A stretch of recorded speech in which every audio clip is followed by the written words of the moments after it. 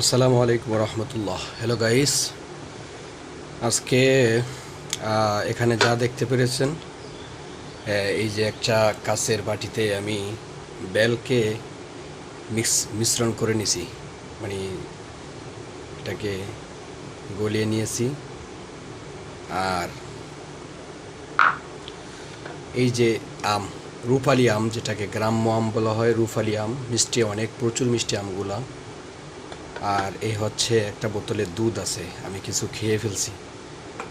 তো আসলে আসলে এই তিনটা জিনিসই আজকে সকালে আমার কাছে হাদিয়া আসছে। তো হাদিয়া আপনারা জানেন হয়তো, যে হাদিয়া নেওয়া এবং দেওয়া উভয়টাই সুন্নত।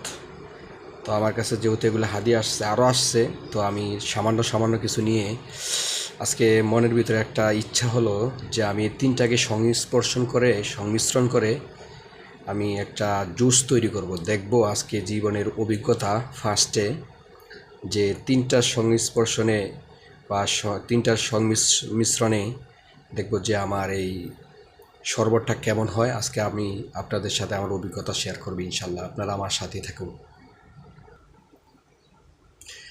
আমি প্রথমে আমটাকে ছিলে নিব। আমটাকে ছিলে আমি এটা আহ, এই জুস ইয়ার সাথে, বেলের সাথে আমি এটাকে অ্যাডজাস্ট করে নিব। এই তো আপনারা দেখতে পাচ্ছেন যে আমি আমটাকে ছিলে নিয়েছি। এখন আমি এই আমটাকে যেই বেলের সাথে আমি এটাকে ভালো করে মিশিয়ে নিব। আমগুলা অনেক মিষ্টি, যেহেতু আমার কাছে হাদিয়া হিসাবে আসছে, তো আমি হঠাৎ হঠাৎ বুদ্ধি আসলো যে আমি তিনোটাকে অ্যাডজাস্ট করে আমি একটা শরবত তৈরি করব।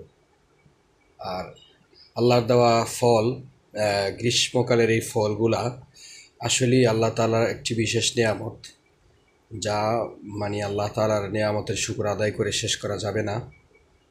তো আসলে আমি আরেকটা জিনিস শেয়ার করি, সেটা হচ্ছে যে আমি দেখলাম যে বেলের সাথে দুধ বা আম এগুলো অ্যাডজাস্ট করে খাওয়া যায় কি না।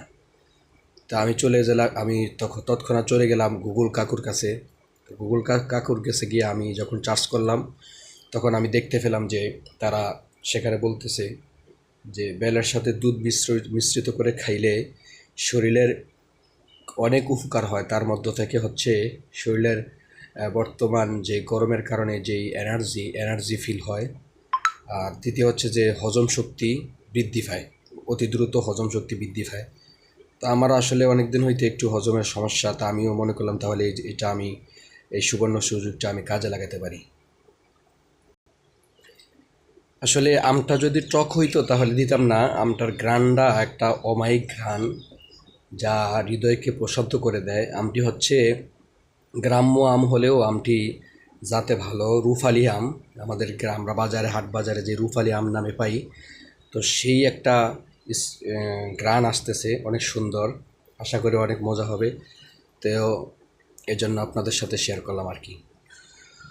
তো দেখতে পেরেছেন যে আমি এই আমটাকে মিশিয়ে নিলাম, এবং আমি এই যে আমার হাতে দুধ আছে, এই দুধটা আমি এই বেল এবং এই আমের জুসের সাথে আমি এটাকে মিশ্রিত করে দিব। দেখব আজকে, মানে মূল ইচ্ছা ছিল যে দেখব আজকে জীবনের ফার্স্টে এভাবে দুই তিনটা আল্লাহ তাআলার নেয়ামত, সিজনওয়ারি ফল একসাথে করে খাইলে কেমন লাগে। তা আমি আপনাদের সাথে শেয়ার করব, আশা করি ভালো লাগবে। তো আমি আসলে সামান্য পরিমাণ কিছু চিনি তার সাথে অ্যাডজাস্ট করতে চাই। বেল প্রচুর মিষ্টি, আমও মিষ্টি, তারপরও চাচ্ছিলাম যে কিছু চিনি মিশ্রিত করার জন্য। তো আমি সামান্য কিছু চিনি, যেহেতু এমনি মিষ্টি, বেশি মিষ্টি চিনি দিব না, সামান্য কিছু চিনি আমি সাথে অ্যাডজাস্ট করে দিলাম। আর এখন মানে কালারটা অনেক সুন্দর আসছে, যদিও দুধ দেওয়ার কারণে, এবং অমায়িক একটা গ্রান আসতেছে, আলহামদুলিল্লাহ।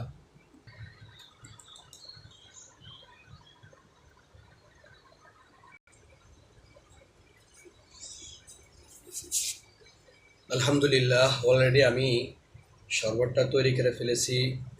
অনেক আশা ছিল, তো যদিও মৃত্যুর ভয় ছিল, কিন্তু পরবর্তীতে গুগল কাকাকে জিজ্ঞেস করলাম, গুগল কাকা আমাকে সাপোর্ট করলো তাকে অসংখ্য ধন্যবাদ। এখন দেখবো টেস্ট করে যে কেমন হয়েছে। বিসমিল্লাহির রহমানির রহিম।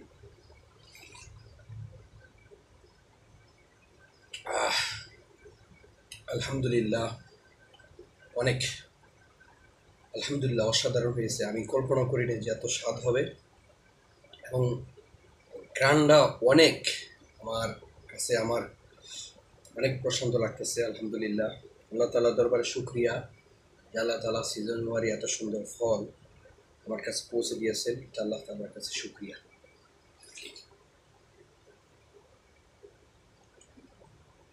আলহামদুলিল্লাহ।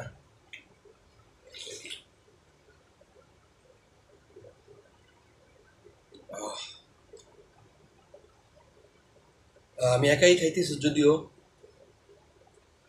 আমার এখানে কেউ নাই। আমি আমার ম্যাডামকে নিয়ে থাকতাম, ম্যাডাম এখন আমার কাছে নাই। যদি আমি তাকে অনেক মিস করতেছি, তো আসলে না থাকার কারণে কি করব, এজন্য একাই একাই খাইতেছি।